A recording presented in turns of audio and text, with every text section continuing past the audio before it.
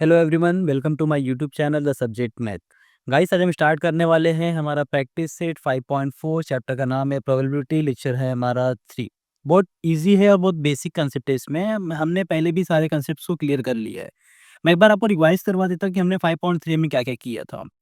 देखो, 5.3 में हमने इवेंट्स फाइंड किए थे। इवेंट्स मतलब हमारे पास सैंपल स्पेस होते थे और क्वेश्चंस में हमारे पास इवेंट ए, इवेंट बी ऐसे क्वेश्चंस होते थे। तो हमने इसको सॉल्व किया था और इसका n of A, N of B ऐसे सारे क्वेश्चंस को हमने फाइंड कर लिया था।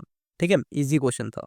एंड इसमें हमने 5.3 में सारे क्वेश्चंस को सॉल्व किया है। सम क्वेश्चंस को तो नहीं सॉल्व किया है, सारे क्वेश्चंस को सॉल्व किया है और बहुत इजी तरीके से सॉल्व किया है। मैंने आपको सारे क्वेश्चन दिखा दिए थे सॉल्व करके। अगर आपने अभी तक 5.3 नहीं देखा है तो मैं आपको वीडियो का लिंक डिस्क्रिप्शन में दे दूंगा, आप जाके देख लेना ताकि आपका सारा कंसेप्ट क्लियर हो जाए। अभी हम स्टार्ट करने वाले हैं 5.4 और मैं आपको स्टार्ट करने से पहले इसमें बता देता कि हम लोग करने क्या वाले हैं। ठीक है, देखो, पहला एक कंसेप्ट है इसमें प्रोबेबिलिटी में। एक रेंज होता है, किसी भी प्रोबेबिलिटी का ना एक रेंज होता है, चांसेस जिसको बोलते हैं हम। जैसे अगर मैं कोई भी सैंपल स्पेस या फिर इवेंट ए फाइंड करता हूँ तो इस इवेंट ए का एक चांसेस है। उस चांसेस का जो रेंज है वो रेंज है 0 से लेके 1 के बीच में। ठीक है, सिंपल है। मैं जब क्वेश्चन सॉल्व करूंगा ना, ये क्वेश्चन सॉल्व करूंगा तो आपको समझ में आ जाए कि इसका यूज कहाँ पे है और क्यों इसका रेंज 0 से 1 के बीच में है।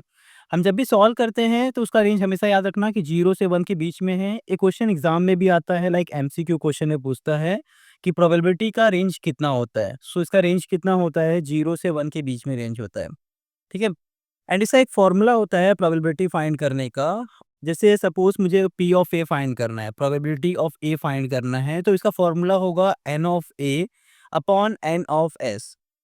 एन ऑफ ए हम लोग कैसे फाइंड करेंगे, जो भी हमारे पास इवेंट गिवन रहेगा उस इवेंट से हम लोग उसका इवेंट फाइंड करेंगे एंड इसको काउंट करके एन ऑफ ए फाइंड कर लेते हैं। सिंपल होता है। सेम काम हम एन ऑफ एस के लिए करते हैं। जैसे सैंपल स्पेस ऑफ एस जो हमारा मेन सैंपल स्पेस होता है, जिसमें हम लोग कंपेयर करते हैं ए की वैल्यू को, बी की वैल्यू, किसी की भी वैल्यू को कंपेयर करते हैं और वहाँ पे वैल्यू फाइंड करते हैं। सो सिंपल, उसके लिए हम क्या करते हैं, एन ऑफ एस फाइंड करते हैं। एन ऑफ एस फाइंड करेंगे, दोनों को डिवाइड करेंगे। दोनों को डिवाइड करने के बाद ना हमारा जो आंसर है इस रेंज में होना चाहिए, 0 से 1 के बीच में होना चाहिए। 0 भी हो सकता है, 1 भी हो सकता है, बट 0 से कम नहीं होना चाहिए और 1 से ज़्यादा नहीं होना चाहिए। 0 से कम क्या हो सकता है? 0 से कम माइनस में हो सकता है, -1, -2 ये सब हो सकता है। और 1 से ज़्यादा मतलब 1.5, 1.2 कुछ भी हो सकता है, बस 1 से ज़्यादा होगा। तो हम उसको नहीं बोल सकते, मतलब अगर तुम्हारा आंसर कुछ ऐसे आ रहा है, तो तुम्हारा आंसर रॉन्ग है। प्रोबेबिलिटी तुमने रॉन्ग फाइंड किया है। हमेशा याद रखना, जब भी प्रोबेबिलिटी फाइंड कर रहे हो तो तुम्हारा आंसर का जो रेंज है वो कितना होना चाहिए, 0 से 1 के बीच में। या तो 0 होना चाहिए या तो 1 होना चाहिए। इससे ज़्यादा या इससे कम हुआ मतलब तुमने कुछ तो रॉन्ग किया है। ठीक है? सो ये फॉर्मूला, बस एक फॉर्मूला देख लो कैसे सॉल्व करने वाले हैं। मैं बताऊंगा सॉल्यूशन में कैसे सॉल्व होगा। P of A is equal to N of A, probability sorry N of A upon N of S. N का काउंट कितना आया और एस का काउंट कितना आया, बस। ठीक है, तो चलो स्टार्ट करते हैं। हमारा पहला क्वेश्चन क्या गिवन है। फर्स्ट क्वेश्चन हमारे पास गिवन है, if two coin are toss find the probability of the following event. ठीक है, देखो, मेरे पास दो कॉइन है, मैंने दो कॉइन को टॉस किया। सो यहाँ पे लिख लो ऐसा, टू कॉइन आर टॉस्ड। अगर मैंने दो कॉइन को टॉस किया तो इसका एस कितना आएगा, दोनों पे हेड आ सकता है, एक पे हेड और एक पे टेल आ सकता है, एक पे टेल और एक पे हेड आ सकता है, और दोनों पे टेल और टेल आ सकता है। ठीक है, तो इसका एन ऑफ एस जिसको हम लोग बोलते हैं, 1 2 3 4 कितना आया, 4 आ गया। डन, एक कंप्लीट हो गया। ये तो हमारा सैंपल स्पेस के लिए होता है। हमने एन ऑफ एस फाइंड कर लिया, 4 आया। अब इसके बाद एक एक इवेंट देखते हैं और इस इवेंट में क्या वैल्यू पुट कर सकते हैं देखते हैं। जैसे इवेंट है, क्या बोला है मेरे पास, गेटिंग एटलीस्ट 1 हेड, कम से कम एक हेड चाहिए इसके पास। ठीक, ठीक है, सिंपल है, देखते हैं। देखो, एक हेड चाहिए तो यहाँ पे मेरे पास 2 हेड है, चलेगा, 2 हेड चलेगा, बट एक से कम नहीं होना चाहिए। एक हेड हो गया, यहाँ पे भी एक हेड है, ओके, यहाँ पे भी एक हेड है, ओके। इस वाले कंडीशन में मेरे पास दोनों टेल है तो हम टेल को नहीं ले सकते। ओके, ठीक है। अब इसका एन ऑफ ए फाइंड कर लो, कितना आया, 1 2 3, सो 3 आएगा। ठीक है, नेक्स्ट, अब हमको इसका फाइंड करना है प्रोबेबिलिटी, जो क्वेश्चन में लिखा हुआ है, find the probability of the following event. इसका ये भी फाइंड करना है तो हम क्या करेंगे, इसका पी ऑफ ए फाइंड करेंगे। P of A is equal to N of A upon N of S, यही होगा। N of A कितना है 3 है, और N of S कितना आया है 4 आया है, तो यहाँ पे 4 पुट कर दो। तुम्हारा सोल्यूशन यहीं पे कंप्लीट हो गया है। बट अगर तुमको चेक करना है तुम्हारा आंसर करेक्ट है कि इनकरेक्ट है, तो तुम कैसे फाइंड कर सकते हो? जब भी तुम्हारा 3/4 आया है ना, इसको डिवाइड करो। अगर मैं इसको डिवाइड करूँगा तो कितना आएगा? 0.8 समथिंग आएगा। हाँ, ठीक है, 0.8 समथिंग आएगा। और मैंने क्या बताया था, प्रोबेबिलिटी का जो रेंज होता है वो 0 से 1 के बीच में होता है। 0 और 1 भी हो सकता है। तो अगर रेंज अगर मेरा इसके बीच में आता है, मतलब मेरा प्रोबेबिलिटी जो मैंने फाइंड किया है वो क्या है? करेक्ट है। तो यहाँ पे हमारा आंसर कितना आया है? करेक्ट है। बस आपको इतना ही सॉल्व करना है, आपको डिवाइड करके नहीं बताना है। ठीक है? इवेंट बी में क्या बोला है? इवेंट बी में बोला है गेटिंग नो हेड, एक भी हेड नहीं होना चाहिए उसके पास। सो अगर एक भी हेड नहीं होना चाहिए, तो सैंपल स्पेस में देखे तो एक टेल टेल है जिसमें हेड इंक्लूड नहीं है, तो हम इसको लिख लेंगे यहाँ पे अपने सैंपल स्पेस में। ये हो गया मेरा टी टी, ये हो गया n of B. N of B कितना आ गया? 1 आ गया। अब इसका फाइंड कर लेते हैं हम लोग P of B. So P of B is equal to होगा N of B upon N of S, यही होगा। एन ऑफ बी कितना है 1, और एन ऑफ एस कितना है? एन ऑफ एस है 4। डन। इसको डिवाइड करोगे तो आपका आंसर 0.2 के अराउंड समथिंग आएगा, मतलब तुम्हारा आंसर करेक्ट है। तो ये मेन प्रोबेबिलिटी का मतलब होता है। ठीक है? बाकी तो हमने सॉल्व 5.3 में कैसे करना है हमने देख लिया है। मेन जो अभी इसमें एक एक्स्ट्रा कंसेप्ट ऐड हुआ है, एक ए वाला हुआ है, प्रोबेबिलिटी फाइंड करने का। ये भी इजी है। N of A upon N of S कर लो, P of sorry N of B upon N of S कर लो। डिवाइड करके देख लेना, बस आंसर तुम्हारा 0 और 1 के बीच में लाई करना चाहिए। तो अगर तुम करेक्ट हो, अगर नहीं है मतलब कुछ इनकरेक्ट हुआ है वैल्यू में। ओके, अब नेक्स्ट क्वेश्चन देखते हैं। क्वेश्चन नंबर सेकंड में क्या बोला है?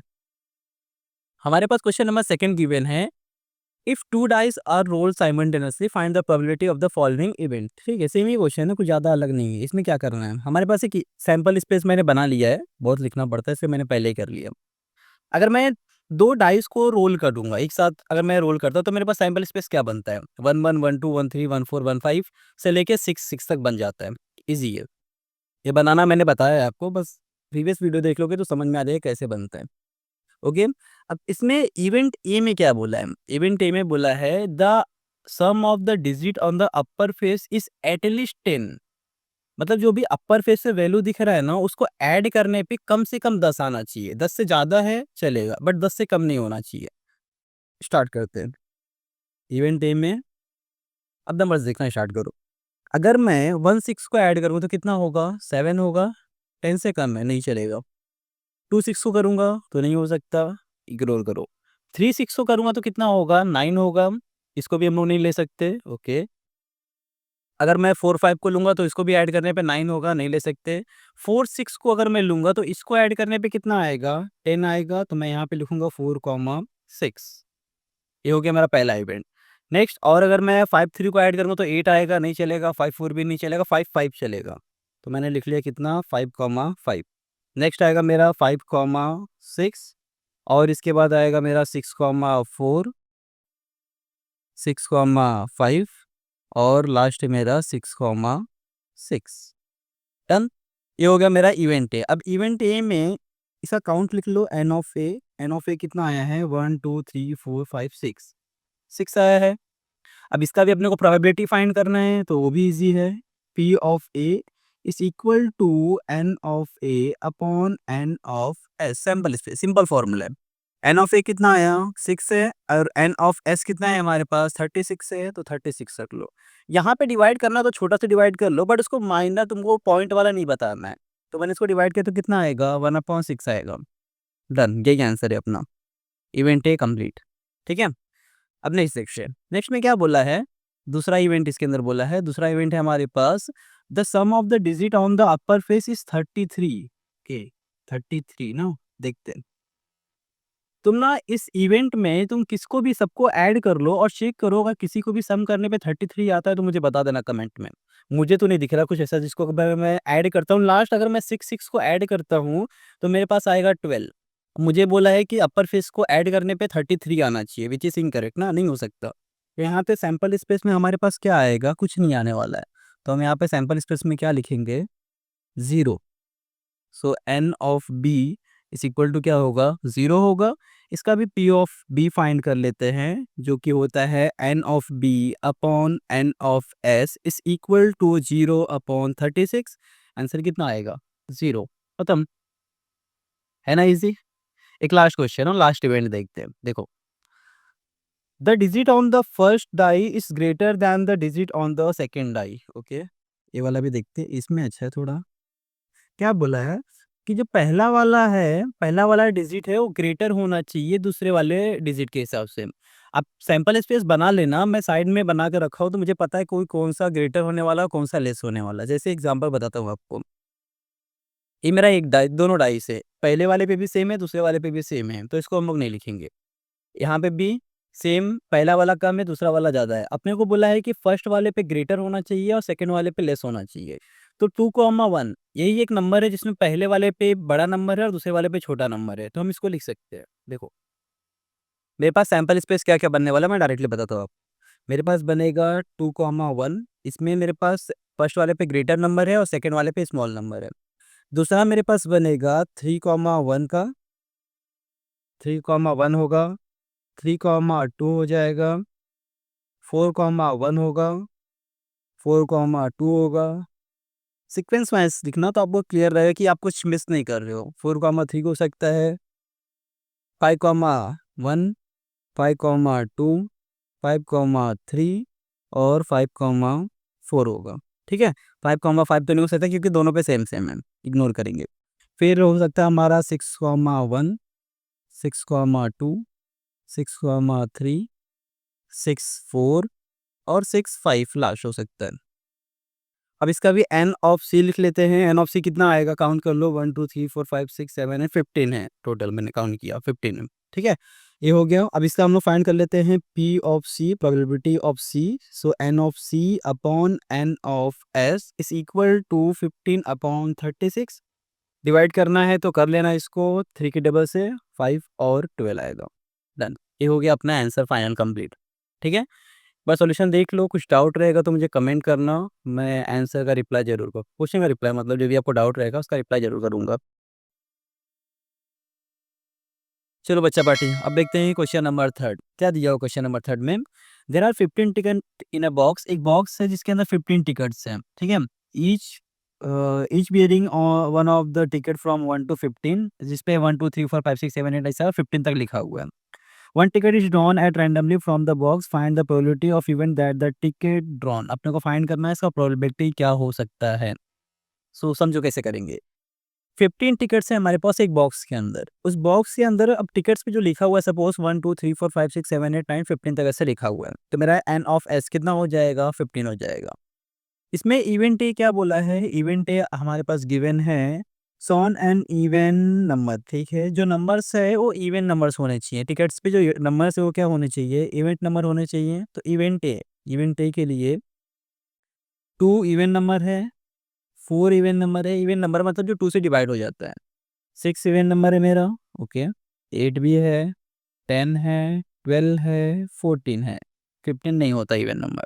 सो एन ऑफ ए, इसको फाइंड कर लो कितना हो गया हमारे पास। एन ऑफ ए 1 2 3 4 5 6 7, कितना आएगा, 7 आएगा।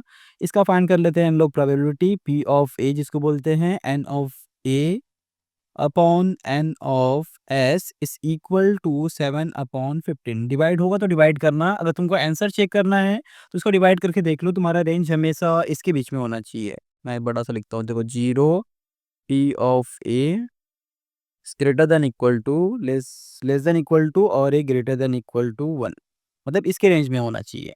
तो तुम्हारा आंसर करेक्ट है, मुझे पता है आंसर करेक्ट है। तुमको चेक करना तो कर सकते हो एक बार। नेक्स्ट देखते हैं। So a number which is multiple of 5। ठीक है, ऐसे नंबर्स को फाइंड करो जो 5 का मल्टीपल है। इस नंबर में अगर तुम ध्यान से देखो तो तुमको पता चलेगा कि कौन कौन से नंबर 5 से मल्टीपल होते हैं। 5 से मल्टीपल मतलब 5 के टेबल में आने चाहिए। 5 वन ज़ा 5 होता है, तो मैं यहाँ पे 5 लिख सकता हूँ। 10 मल्टीपल है 5 का और एक 15 है मल्टीपल ऑफ 5 का। ठीक है, तो ये 3 नंबर से जो 5 के मल्टीपल होते हैं। एन ऑफ बी इसका फाइंड कर लिया हमने। एन ऑफ बी 1 2 3, 3 आएगा। एंड सेम इसका फाइंड कर लो, P of B is equal to N of B upon N of S. N of B कितना आया है, 3 आया है, एंड एन ऑफ एस हमने अभी ऊपर देखा, फाइंड करें कितना आया है, 15। इसको डिवाइड कर लो अगर करना है तो 1/5 आएगा। ठीक है। अच्छा, एक काम करना, हर क्वेश्चन में ना अपना एक फाइनल आंसर लिखते रहना। जैसे इस क्वेश्चन मेरे पास आया है 7/15 और 1/5, सॉरी 5 है। ठीक है, ये आंसर के लिए करेक्ट होता है, इसका हाफ मार्क्स मिलता है एग्जाम में। सो इम्पॉर्टेंट है, इसको लिखना जरूर। ठीक है, ये हो गया हमारा क्वेश्चन नंबर थर्ड वाला भी कंप्लीट। इजी क्वेश्चन था, कुछ ज़्यादा हार्ड नहीं है। देख लो एक बार सोल्यूशन, फिर देखते हैं नेक्स्ट वाला क्वेश्चन। अब देखो नेक्स्ट क्वेश्चन में क्या आएगी मेरे हमारे पास, 2 digit number is formed with digit 2, 3, 5, 7, 9 without repetition. Number का रिपीट नहीं करना है। What is the probability that the number form is, इसका फाइंड करना है प्रोबेबिलिटी क्या क्या बन सकता है। इजी है। मेरे पास नंबर कौन कौन से है पहले वो देख लो। नंबर है मेरे पास 2, 3, 5, 7, 9। अब इससे अपने को बनाना है 2 डिजिट का नंबर, 2 डिजिट का नंबर होना चाहिए, इसमें नंबर रिपीट्स नहीं होने चाहिए। मतलब मैं 22 को नहीं कंसिडर कर सकता क्योंकि नंबर रिपीट हो जा रहा है। हम 23 को लेंगे, 25 लेंगे, सॉरी 25 रहेगा, 27 रहेगा, 29 रहेगा। सेम हम 32 ले सकते हैं, 33 नहीं लेने वाले हैं क्योंकि 33 में नंबर रिपीट्स हो जाएंगे। हम 35 लेंगे, 37 लेंगे और 39 लेंगे। ठीक है, सेम काम हम करेंगे 57 के साथ। 52 हो सकता है मेरे पास, 53 हो सकता है, 55 नहीं हो सकता है, 57 होगा और 59 होगा। ओके, अब ये नंबर तो हम यहाँ पे लिखते हैं, अभी 9 के साथ कॉम्बिनेशन बाकी है, उसको भी बना के देखते हैं क्या बनने वाला है। देखो, एन ऑफ एस में हमारे पास क्या क्या बनेगा, मैं यहाँ पे बना तो दिया है मैंने, इसी का रेफरेंस लेके लिख लेते हैं। एन ऑफ एस में मेरे पास बनेगा 23, 23 बनेगा, 25 बनेगा, 27 बनेगा और 29 बनेगा। ये तो 2 के साथ कॉम्बिनेशन हो गया। देन 3 के साथ क्या-क्या बनेगा हमारे पास? 3 के साथ बनेगा 30, 32 हो सकता है। हाँ, 32 हो सकता है, 35 हो सक 35 होगा, 39 होगा, बस। ठीक है, 3 के साथ कॉम्बिनेशन में ही बनेगा क्या? सॉरी 37 भी बनेगा गाइस, 37 होगा। ठीक है, 37 होगा। नेक्स्ट, अब 5 के साथ कॉम्बिनेशन बना लो। 5 के साथ क्या बनेगा मेरा? 52 बनेगा, 53 बनेगा, 55 तो नहीं हो सकता, 57 बनेगा, 57 होगा एंड 59 होगा। ठीक है, 7 के साथ कॉम्बिनेशन में क्या-क्या बनेगा हमारे पास? 7 के साथ बनेगा हमारे पास 72, 73, 75, 77 नहीं हो सकता तो क्या बनेगा? 79 बनेगा। एंड लास्ट कॉम्बिनेशन नंबर है हमारे पास 9, जिसमें हमारे पास होगा 92, 93, 95 और 97 होगा। डन। ये हो गया हमारा टोटल कॉम्बिनेशन। अब इसको काउंट कर लो, 1, 2, 3, 4, 5, 6, 7, 8, 9, 10, 11, 12, 13, 14, 15, 16, 17, 18, 19, 20। टोटल हमारे पास जो एन ऑफ एस आया है इसका कितना आया है? 20 आया है। एक बार आप लोग अपने से ट्राई करना और बनाना, कुछ रॉन्ग रहा तो एक बार चेक कर लेना कैसे बनने वाला है। अब इसमें क्या बोल रहा है, इसमें अपने को पहला इवेंट दिया हुआ है an odd number. An odd number में हमारे पास ए आएगा। ऑड नंबर में क्या होगा हमारे पास? जो 2 से डिवाइड नहीं होते हैं। जैसे 23 2 से डिवाइड नहीं होता, 25 नहीं होता, 27 भी नहीं होता, 29 भी नहीं होता। जितने भी नंबर्स होते हैं उसको लिखते हैं। 23 नहीं होगा, 25 नहीं होगा, 27, 29, 32 2 से डिवाइड हो जाता है, 35 नहीं होता है, 39 भी नहीं होता है, 37 भी नहीं होता है। 52 डिवाइड हो जाएगा, 53 एक मेरा ऑड नंबर है, 57 भी मेरा ऑड नंबर है, 59 इज़ अ ऑड नंबर, 27 नहीं, 73 ऑड नंबर है, 75 भी ऑड नंबर है, 79, 92 नहीं, 93, 95 एंड 97। ठीक है, ये सारे हमारे ऑड नंबर्स होते हैं। इसको काउंट कर लो, 1, 2, 3, 4, 5, सॉरी काउंट कर लेना कितना हो रहा है। सो एन ऑफ ए कितना आएगा? 1, 2, 3, 4, 5, 6, 7, 8, 9, 10, 11, 12, 13, 14, 15, 16। टोटल कितना आया हमारे पास? 16 आया। अब इसका अपने को फाइंड करना है P of A, probability of A जिसको बोलते हैं। पी ऑफ ए में का फॉर्मूला होगा N of A upon N of S is equal to 16/20। Divide कर लो 4 की टेबल से, 4 और 5 आएगा।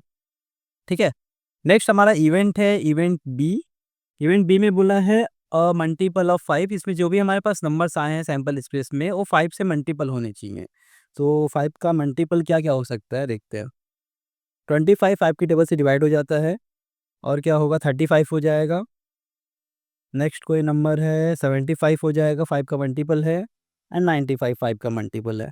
ठीक है, सो इतने ना 4 नंबर्स हैं जो 5 के मल्टीपल्स है यहाँ पे।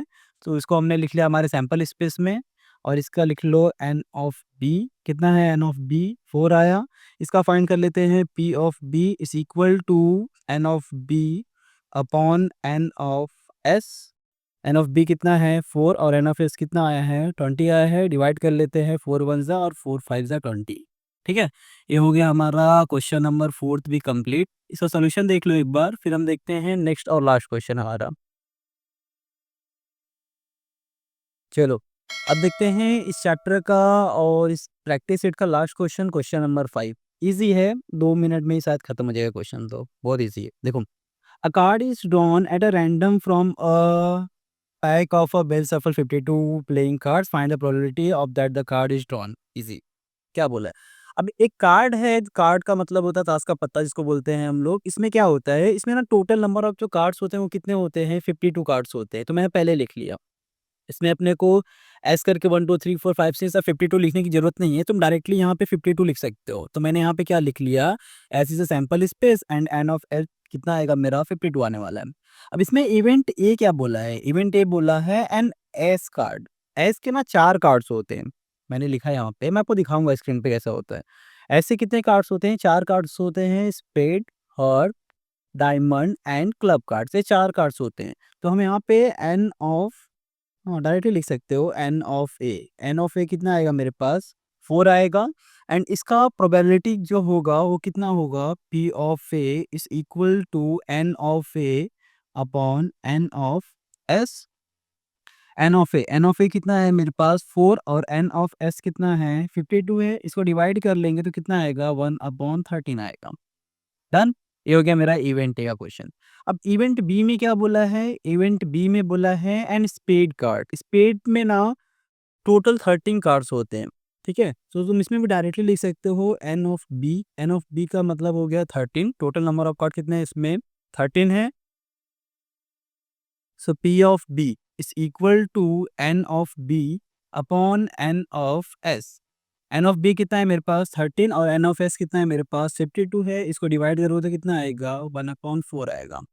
डन। इसका आंसर लिख लो बस। आंसर में हमारे पास क्या आया, पहले का आंसर आया है हमारे पास 1/13, और सेकंड का आंसर आया है 1/4। ये हो गया हमारा क्वेश्चन लास्ट भी कंप्लीट। विथ ऑल क्वेश्चन हमने इस प्रैक्टिस सेट को कर लिया है कंप्लीट। मतलब हमारा चैप्टर नंबर 5 हो गया, यहाँ पे टोटल कंप्लीट हो गया। कुछ भी डाउट अगर आपको है इस चैप्टर में से रिलेटेड, तो मुझे आप कमेंट करना, मैं आपको सारा सॉल्यूशन बताऊंगा गाइस। और आपको कुछ भी डाउट है लाइक रिलेटेड टू मैथ और कोई भी क्वेश्चन है, तो आप मुझे कमेंट करना, या तो मुझे आप इंस्टाग्राम पे भी फॉलो कर सकते हो। मेरा पेज का नाम है @the_subject_math। और आप कुछ भी क्वेश्चन है तो मुझे डीएम करो, मैं आपको सारे क्वेश्चन का सोल्यूशन दूंगा रिलेटेड टू एग्जाम और कुछ भी रहे। ठीक है, so thank you for watching, मिलता है नेक्स्ट वीडियो में।